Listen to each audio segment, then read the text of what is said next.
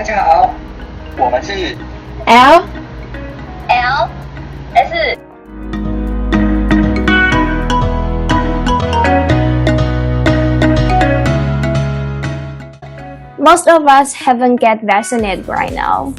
Oh, well, Yeah. When you do, it's very freeing, believe me. Really? Great. So I think it may take a few months before we get vaccinated, so we just stay at home and study on ourselves right now. Yeah. Oh, well, I'm sorry about that. It's okay. I think it makes us have more time to get along with ourselves.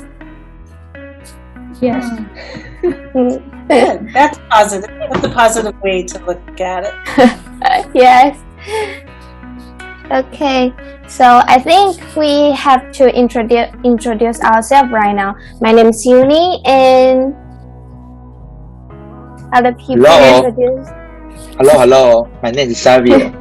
Hi, Xavier. Hello, Sally. My name is Joyce. Hi, Joyce. Yes. Nice to meet you. Yes, nice to meet you. Hi. Hi, Mark. Nice to meet you. I am Tiffany. Hi, Tiffany. So, Good to So- meet you. yeah, so these are our team members, and I really want to know that why you want to give us the opportunities to introduce, to give us the chance to interview you. Well, I thought it was very interesting that you reached out and you found my social enterprise, the project that we have. And I'm really thrilled to be able to share our experience and to share our methodology, because it's affirming that we're doing something that means so much to other people too. Yeah, I think this is similar with us because let me introduce about our team. So we are a group of college students and supported by the Ministry of Education in Taiwan. And we are doing the projects about the issues of youth losing to believe in themselves and hoping to improve the fear and weakness when they're at work. Okay. And yeah, so we are very happy to have these opportunities to interview you. So yeah, and before we start ask questions, we want to ask if you're willing to allow us to record and take photos during the interview as a record for promotion on Facebook or Instagram. Sure. Really? Thank you. Yeah. I was thinking yeah. I'd like you, if you're doing that on Instagram, I'd like you to tag us on Instagram, and our Instagram tag is Sharing Our Story Pittsburgh. Pittsburgh. Great. Okay. Do you want So me it to had put that in the chat? I'll put that. yeah. Okay. Yeah.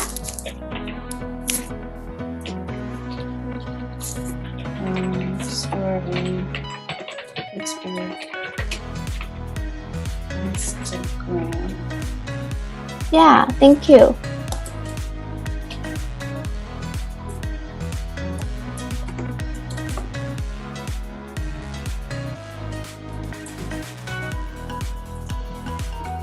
Now our web, I'm assuming you went to our website?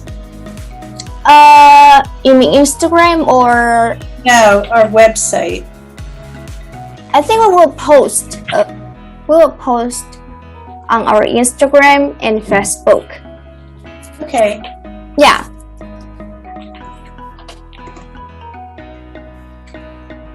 So we need to tag when we post about the things, right? Yeah. Okay. I was happy because I think this is a little bit private to others. Yeah. Well, no, it's the way that you spread information. And we Yeah. want our story and what we do to be spread to other parts of the world. So.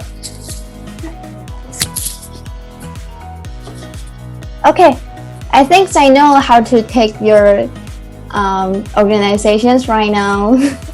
Okay, good. Yeah, thank you. You're welcome. So, before I think we ask the question about your organizations right now? Sure.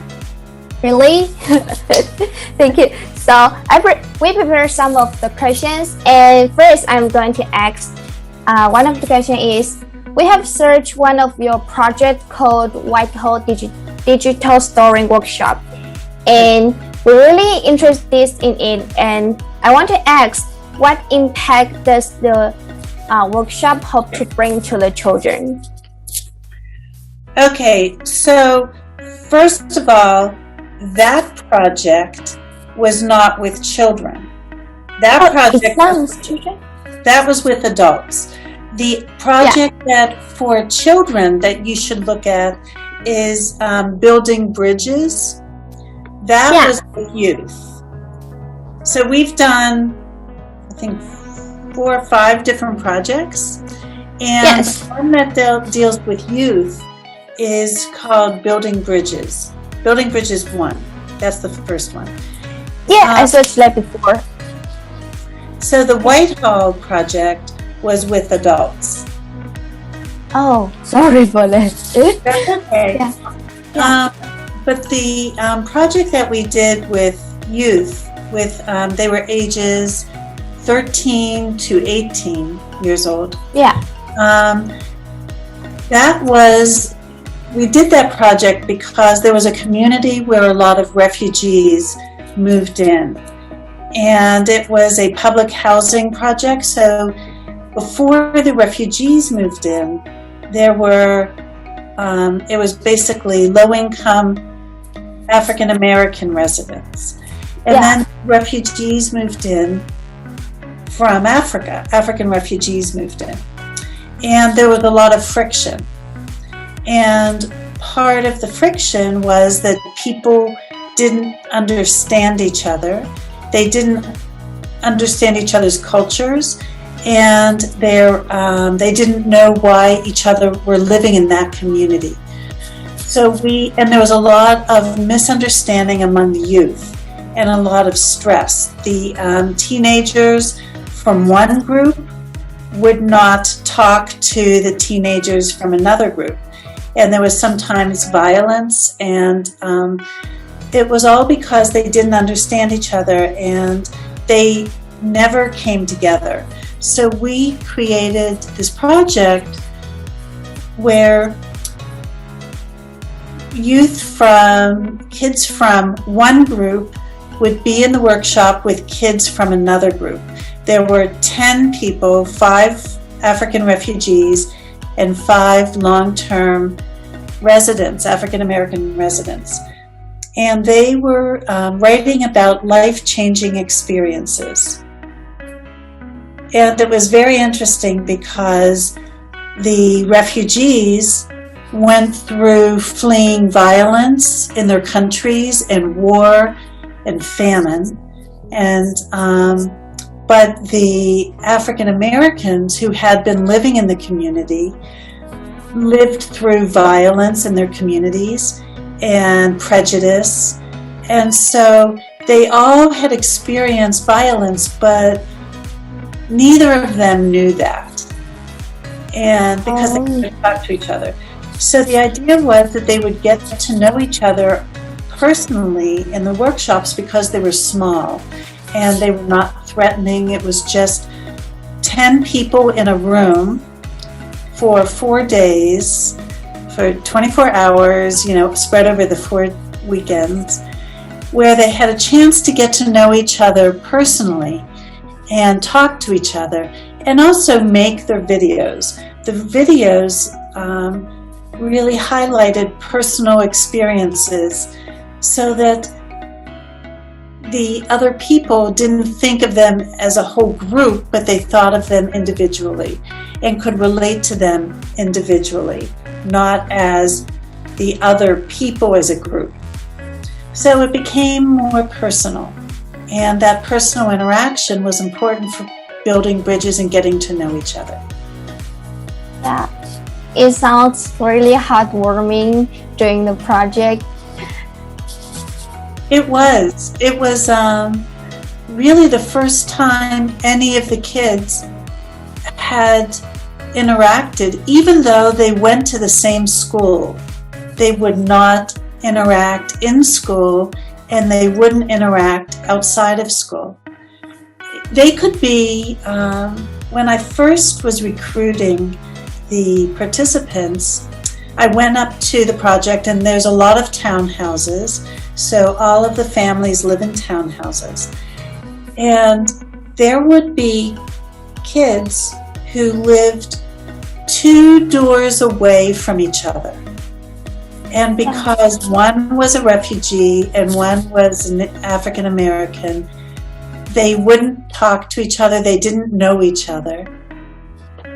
And So they're neighbors? they're neighbors. But they don't talk to each other? They wouldn't talk to each other, right.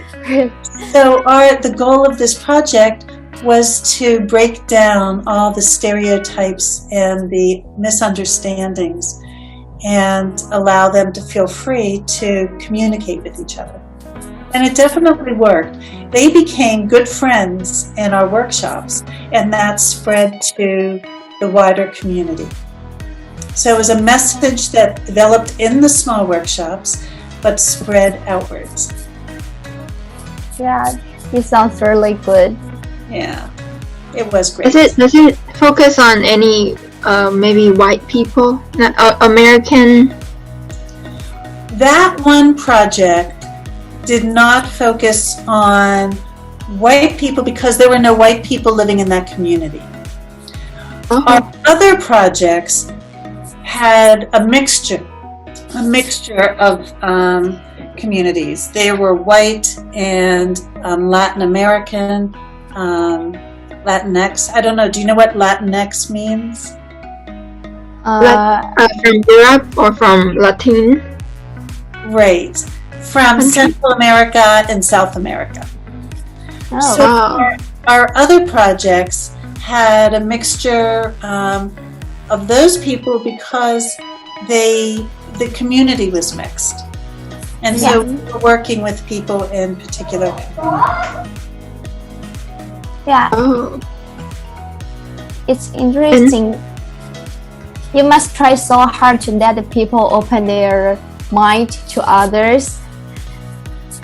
Exactly. And that's the whole purpose of what we're doing, is building bridges within communities to enable people to understand the other.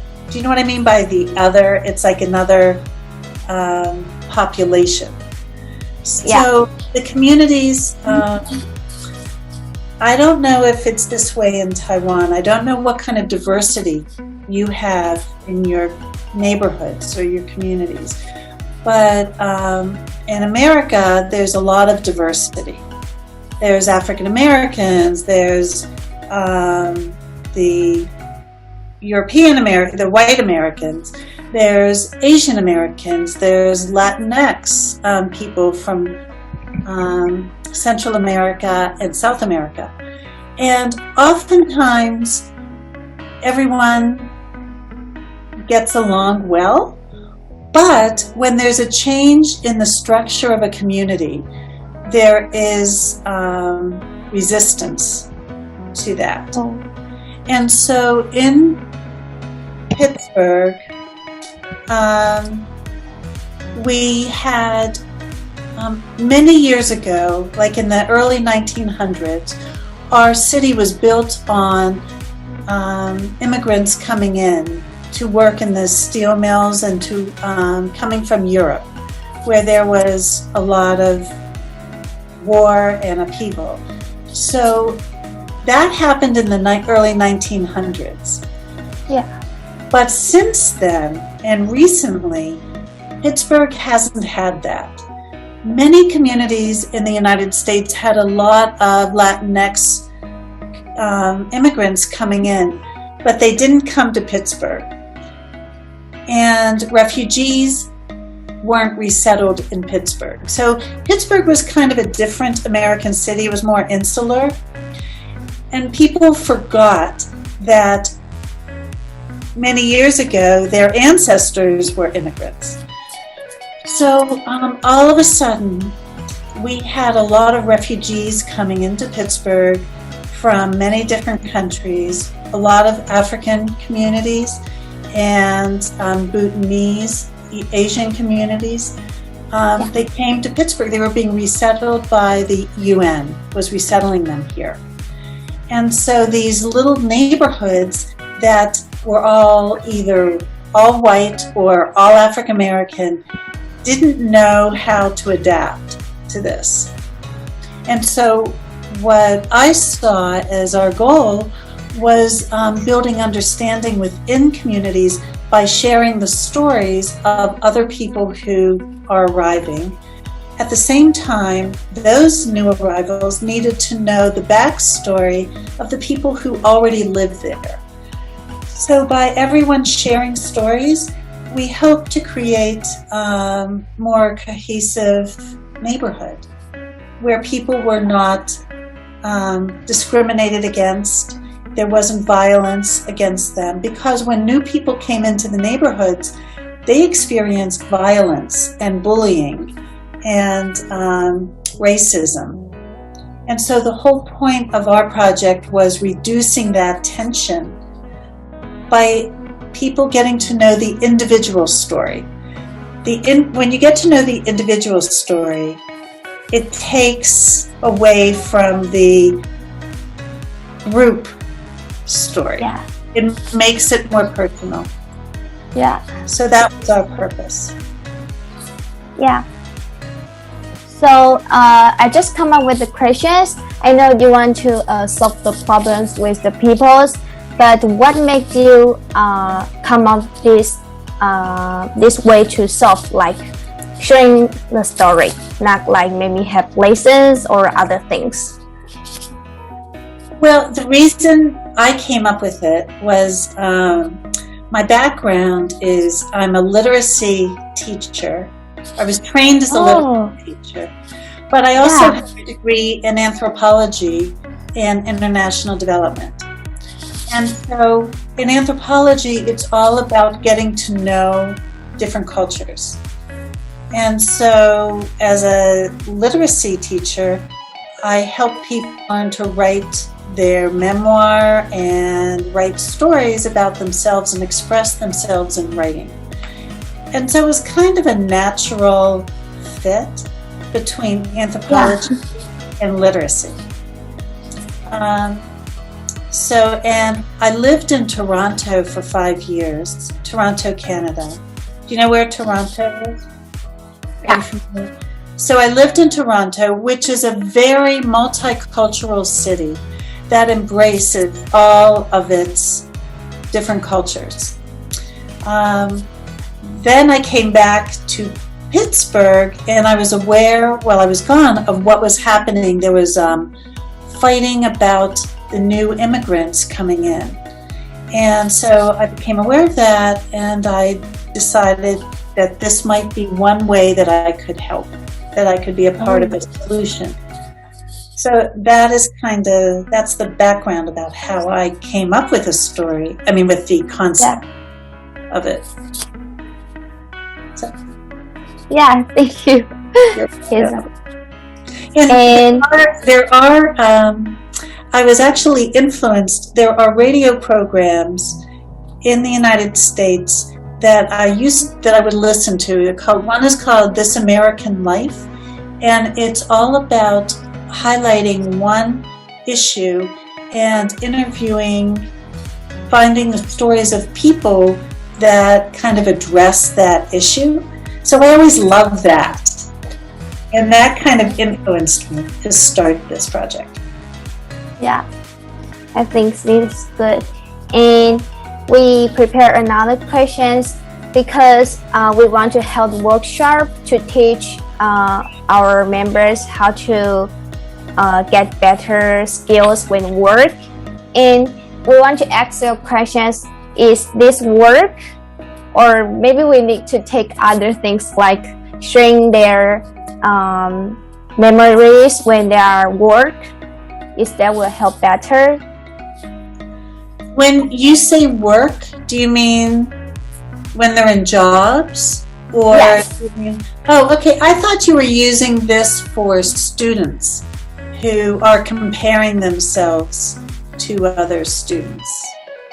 The lesson was for students, and we think, but students have part-time job before, or maybe they have internship before, so we think they can share this kind of experience to each other. Right.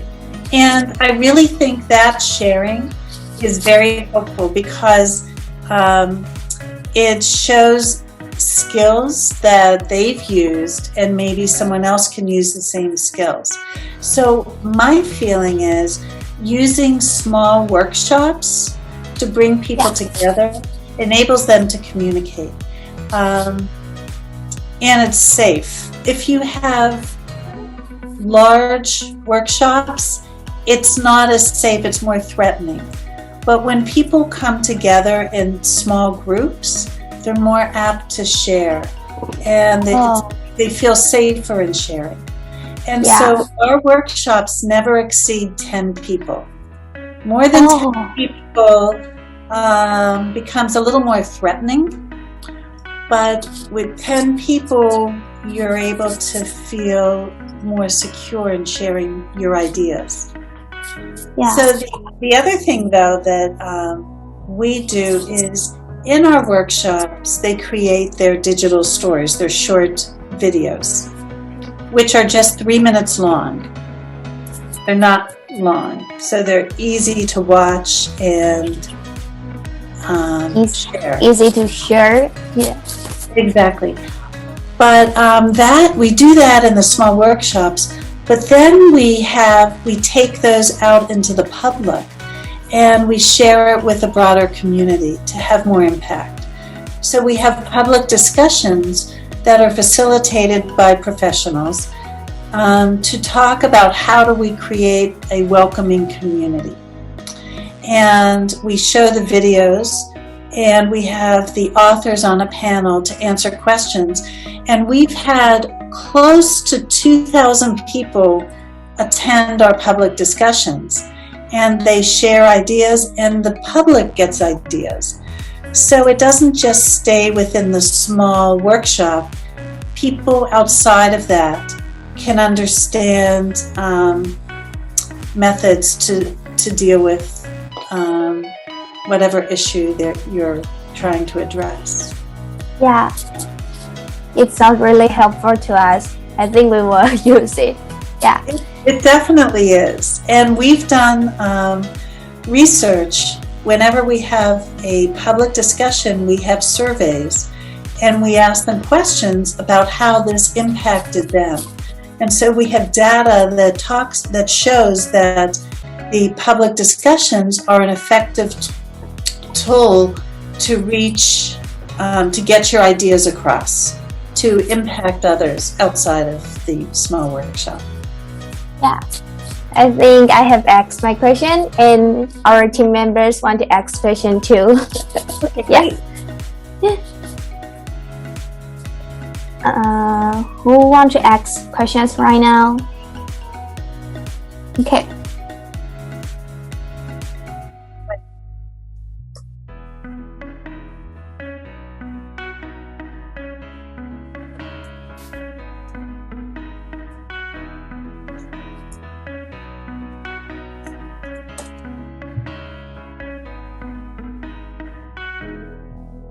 Can I share a tip? Okay, so the first thing when you are trying to find participants for your workshop, so the first step is the workshop, where you teach people how, or where we taught people how to write their story, but also how to use the technology to create the video. And the first thing when you meet the people who you're recruiting to be a part of it, is to explain why you're doing this, like what you think the benefit is, and make sure that they are interested and willing to put in the effort to do it. So you have to get their buy-in to participate, and they have to understand exactly what you're going to do with it. So we didn't want to surprise anyone. So we tell them why we're doing it, who will be in the workshops with them, and what we'll do with the videos with their permission afterwards, how we want to share this with the wider community to enable people to learn from their experience. So that's important, to be very upfront with who you are going to be working with. The second thing is to create within your workshops is to really create a community, so people don't feel like they are that they're not don't have a relationship with the others in the workshop.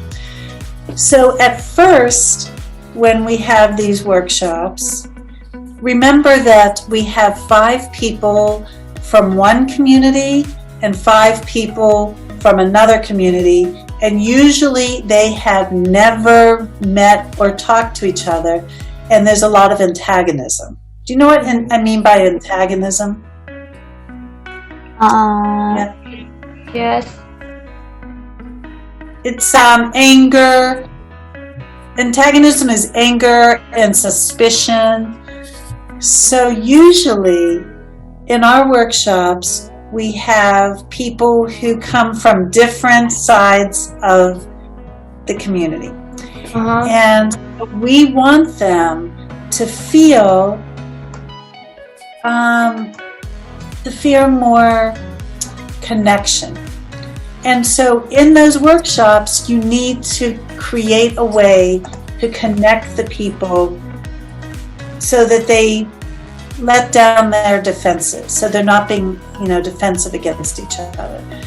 So one of the ways that we do that because the first time when they come into the workshops, they sit in opposite sides of the room.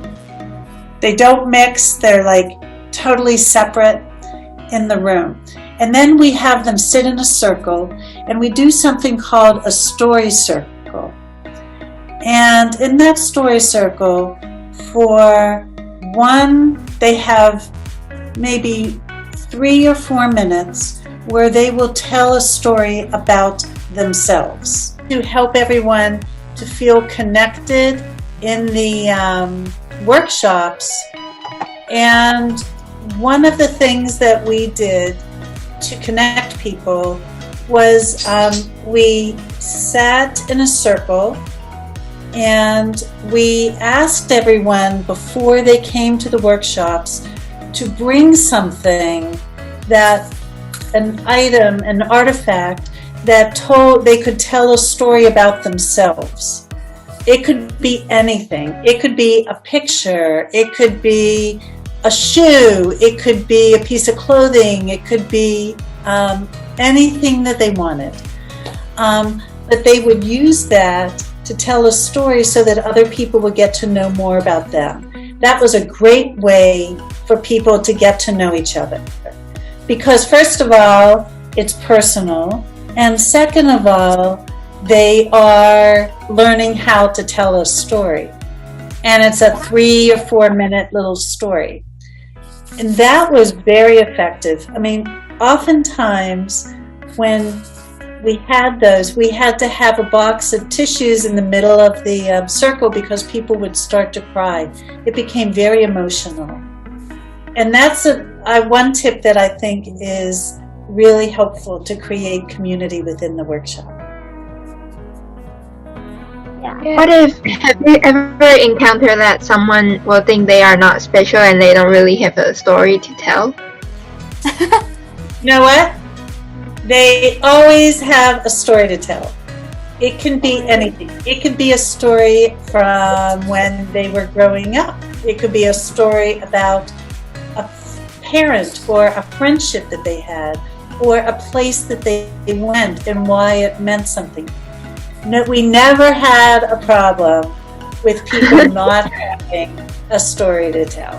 Everyone has a story. Oh. What if the person is shy to share? Will you guide them to sharing story? But you know what? That's part of that. When I first talked about when you are meeting the person for the first time, that's when you tell them to start thinking about finding an artifact that they could use to tell a story about themselves. So that gives them time before they come to the first meeting to think about it. Understand. Yeah, and you're not surprising them. So you've told them, you know, if you're meeting them a month before your workshop begins, they have a whole month to think about it.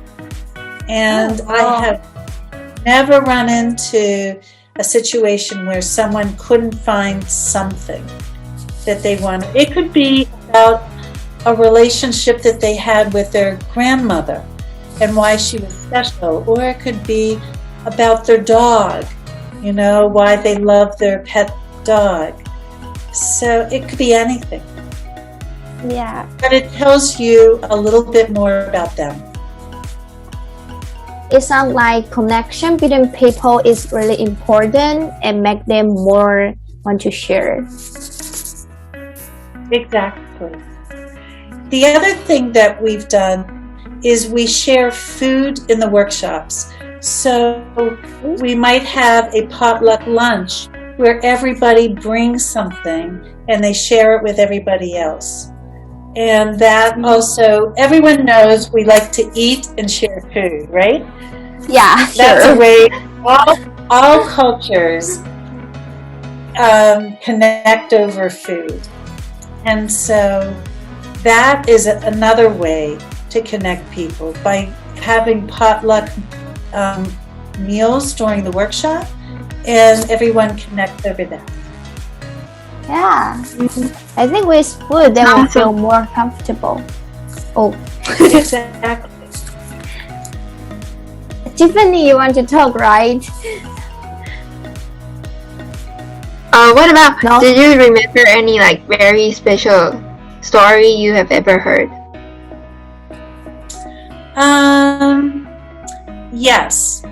I heard one story was actually from one of my colleagues who she's a photographer, and she brought in her parents had died. She's young, and her parents died when she was very young, but her mother was a photographer, and she brought in one of her mother's first pictures that she ever took, and she told us about that and about her mother and losing her mother and how difficult that was, and how she's eventually gone into photography herself.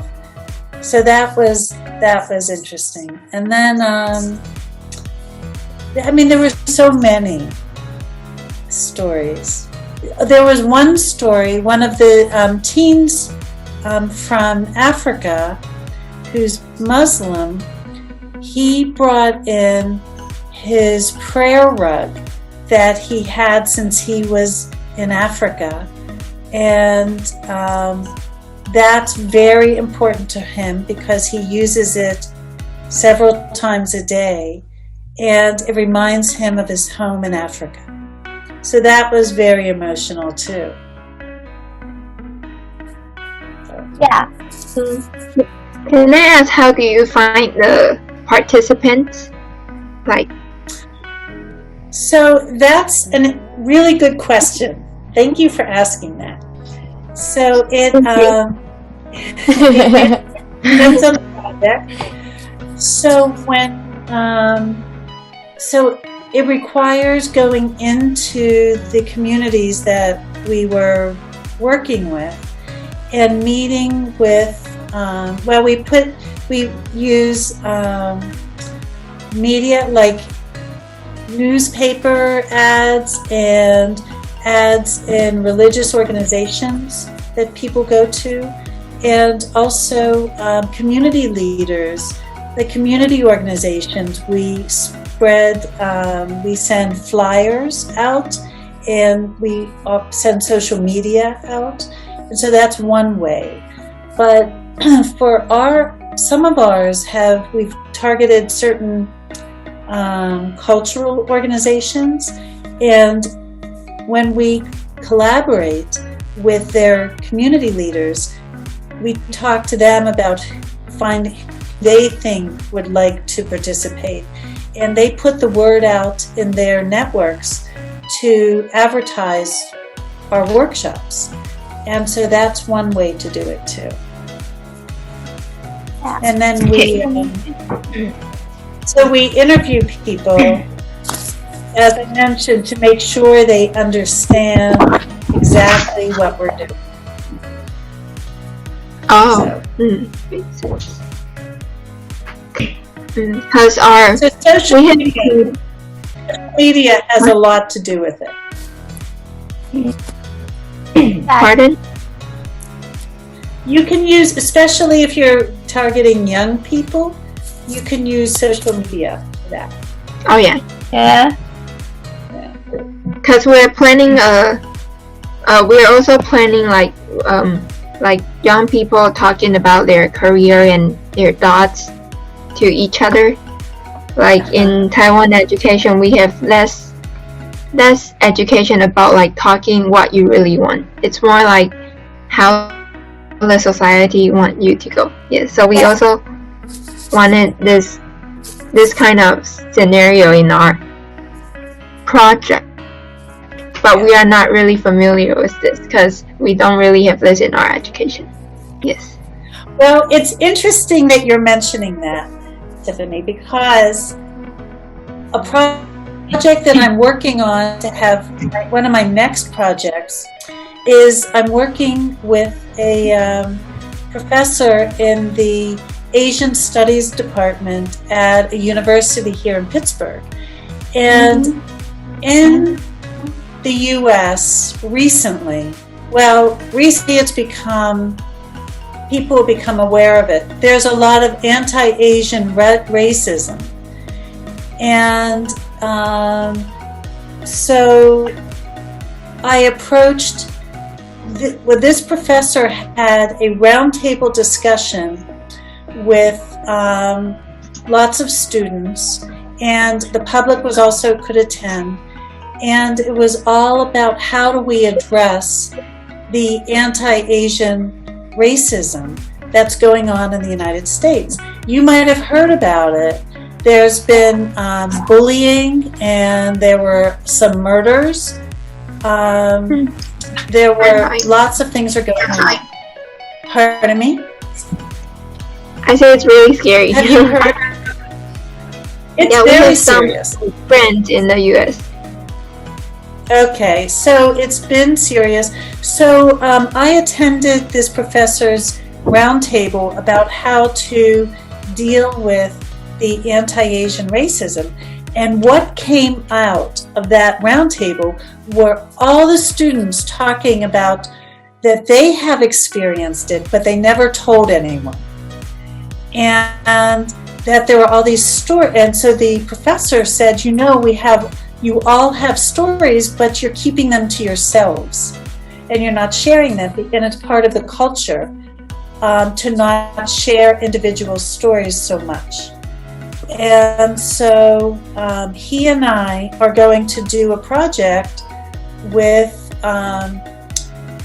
it might be some students, but also just generally Asian resident community members who can write their stories about what they've experienced in terms of racism.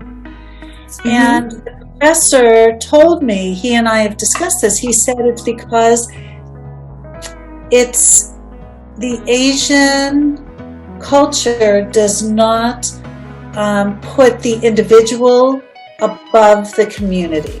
Like they don't want the individual to express their needs and negatively impact the community perception.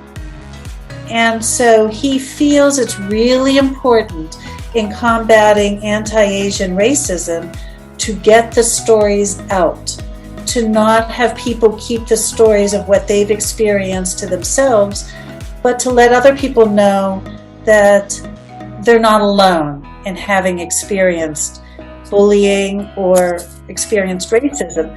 And there was just a research study recently this year by the Pew Charitable Trust that found that 73% of Asian community members have experienced racism and acts of racism, but they never talk about it.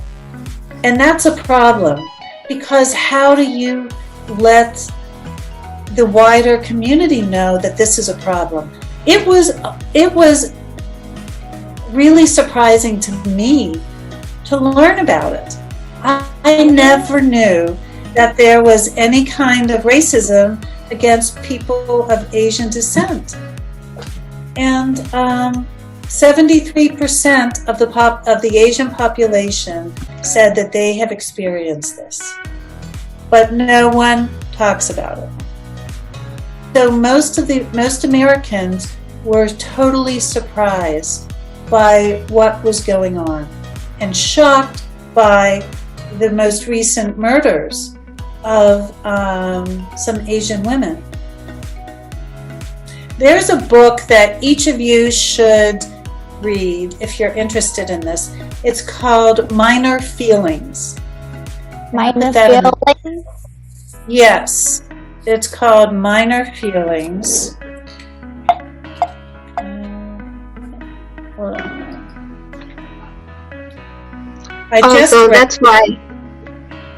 So that's why I asked, what if, like, if anyone has no story to tell? I think it's kind of due to this background.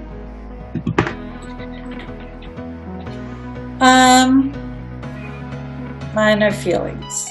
Minor feelings. It's plural. Okay, let me see. Feelings. And let me see if I can remember the author's name. And she talks about this in her book. It's written by an Asian American woman who's an artist and writer, and talks about her life living this, living kind of not expressing her reality. And it's a great book, and it addresses this whole issue. Let me see.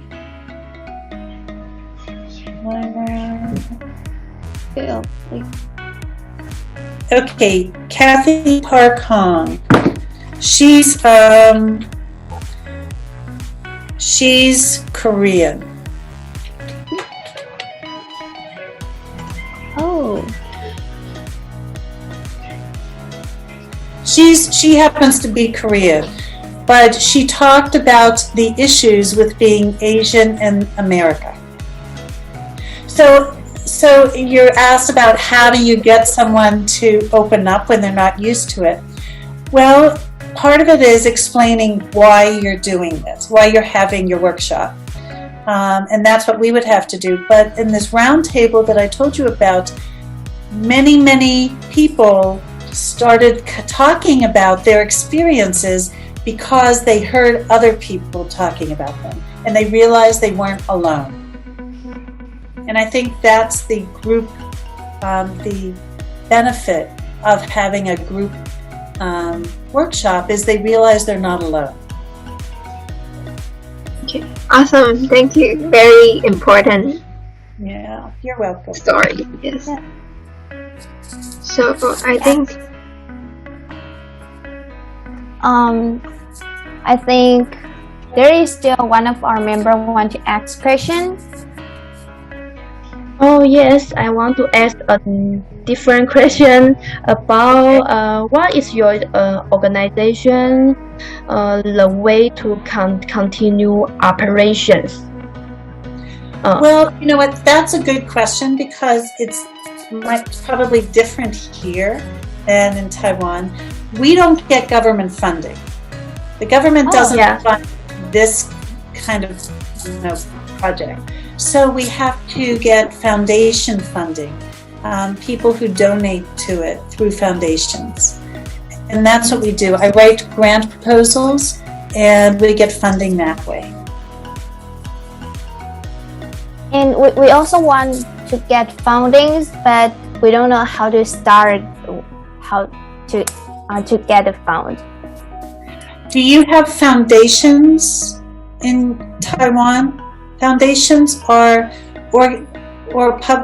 organizations that have a lot of money and they give it out for social purposes. Yeah, so that's what we have, and I write proposals to foundations and that want to address those kinds of needs. Oh, so what we need to do is to let them interested in our proposal. And yeah, exactly. That's exactly right. Okay, I know how to get a fund right now. Yeah, that's good. Yeah. Oh, we have one more last question. Okay. Like before you also got pandemic and you need to stay home. And do you switch the workshop online, and how do you organize the online workshop? That's a great question. So before the pandemic, we were in person. During the pandemic, at first, we were able to social distance and work with people individually. We wore masks and we were in places where we were social distance, and we could have our volunteers and staff work in the same room but be spread around. We also had volunteers and staff that would work over Zoom and would help people over Zoom with the writing of the story and working with them that way. But the digital part, so half of our workshop is spent teaching people how to physically write their story. They have their story in mind, but how to come up with a story and how to write it in a way that is interesting to listen to and use kind of writing strategies, because most people don't have a background in writing. So they need to learn how to write a story. The second half of the workshops is teaching them how to use the digital technology. We have a digital platform that we use, and most people do not know how to use it. So we have to teach them how to use it and how to find the visuals, the pictures that tell the story visually. So that one we had to do in person. We couldn't do it over online. And that's when having a space that's big enough to social distance but still be in the same room and teach them was important. So that's what we did. We were socially distanced, we wore masks, we took people's temperatures, we had separation with plastic barriers, so no one was in danger of getting COVID. Can I ask if please say that also the public discussion, we had a public discussion in February, I guess, or March, and that had to be online. That had to be virtual. So that was on a virtual platform where we could show the videos virtually, and all of the attendees could tune in virtually. They could tune into the platform and ask questions and hear the conversation and see the video and see, we had a Latinx band that played music, so they could do that virtually too. Oh, nice. Can I ask, what about you mean there's a workshop about how to write your story?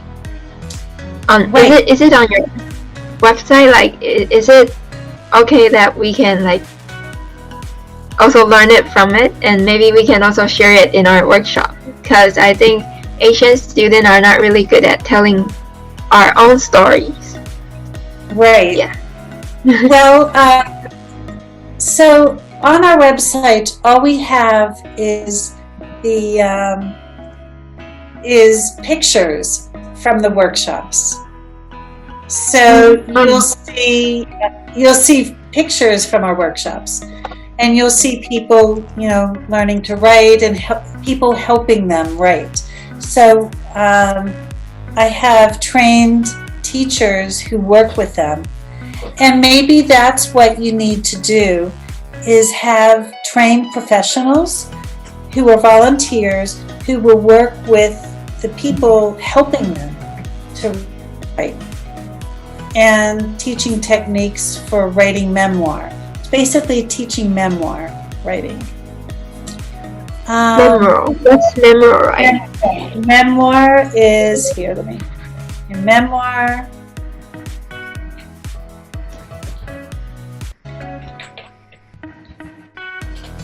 Memoir is writing your own personal story. Like journal? Well, sort of, but there's more detail in memoir than journal writing, but it's sort of like that. So I guess you don't do that in your education. You don't have writing memoir as part of your when you're younger. So yeah, memoir is learning to write your story, and I do that as a teacher with people who are in 2nd and 4th grade. So we start very young with people learning how to write memoir, but it doesn't sound like it's part of your class experience. But I would have as part of your the people involved in your workshops, professional writers or teachers who can work with the people, the students, to guide them. And that's very important, because each of the videos that you've seen on our website, they're first written out, and the stories are only 300 to 450 words. So you have to really focus on what story you want to tell and why it's important and how to tell it. And that's where professional guidance will be helpful for your participants. So I have, I'm a teacher, but I also had several volunteers who were professional teachers who knew how to teach writing. And that's one way you might want to go. That's a tip. Yeah. Asking for professionals to help. Right. Yeah. Exactly. Thank you. We have so you. much help. Yeah, we have. I think that's all, right? All of our questions. Yeah. It's over. I think we have asked. Do Sally, you want to ask? Yeah. Yeah. Ask Do us. Sally, yeah, do you have any question to ask us? Well, I have a question. What are all of you studying at the university? You mean this project or? No, in general, what are you all studying? Oh, Yeah, oh. you go first. I study for English, like English literature or other histories. Okay. Great. And I study in statistics, and I'm going to study in public health in my master. Oh, great. That's great. And I major in business, just like finance. Okay, great. Yes.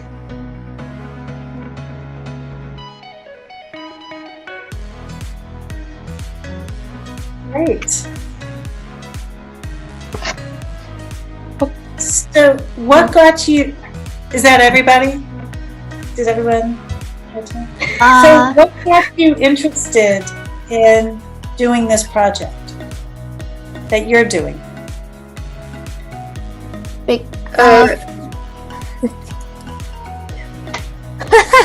For me, I think this is a situation we will face when we graduate. So we want to solve this situation, and maybe we'll have better environment when we get into the job. Okay. Yeah. Yes. Good. Yeah, so it's more like it's hard for a graduate student to find the job they want. Like maybe it's hard to apply, or maybe they don't really know what they want. Yeah, so it's the entering stage we wanted to solve. That's great. Yeah.